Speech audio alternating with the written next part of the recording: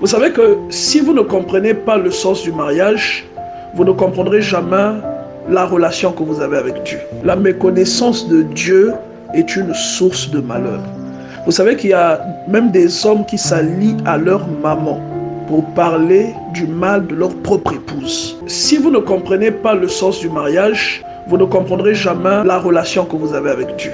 Parce que tous les détails dans cette relation sont à grande échelle ce qui illustre à petite échelle les détails de votre mariage. Lorsque vous lisez Éphésiens chapitre 5 verset 31, la Bible dit « C'est pourquoi l'homme quittera son père et sa mère et s'attachera à sa femme. Et les deux deviendront une seule chair. » Et au verset 32, on dit « Ce mystère est grand, je le dis à cause de Christ et de l'Église. » Tout ce que vous vivez dans votre relation avec Dieu, c'est une illustration à grande échelle de ce que vous vivez dans votre mariage avec votre conjoint.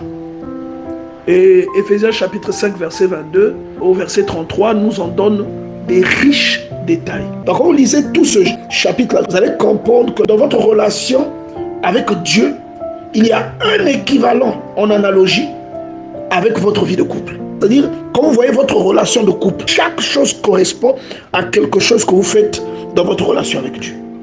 Et par exemple, le rôle et la responsabilité de l'homme vis-à-vis de sa femme, c'est l'analogie de celui de Dieu vis-à-vis de l'Église. Le rôle que l'homme joue vis-à-vis de sa femme, les responsabilités que l'homme a vis-à-vis de sa femme, c'est l'équivalent de ce que Dieu fait à l'Église.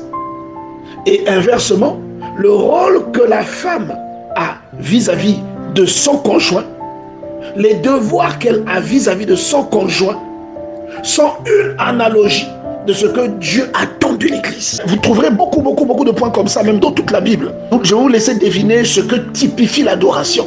L'adoration qui scelle la communion entre vous et votre Dieu.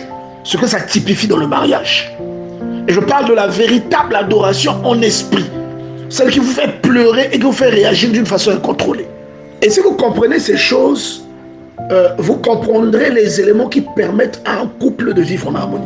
Car en réalité, ce que vous faites pour Dieu, si vous êtes une femme, c'est ce que vous devez faire pour votre mari. Et si vous êtes un homme, ce que Dieu fait dans la vie du croyant, c'est ce que vous devez faire pour votre femme. C'est pourquoi, vous voyez, on dit qu'un homme pour sa femme, en fait, c'est un père. Vous voyez que Dieu est un père. Vous voyez que c'est Dieu qui supporte, qui subvient, qui protège, qui garantit, qui oriente. Et c'est le rôle de l'homme. Parce que être le mari, ce n'est pas seulement un titre, mais c'est une responsabilité. Vous voyez, ce n'est pas seulement un titre pour abuser, pour dire oui, l'homme est le chef de la femme. Mais c'est une responsabilité.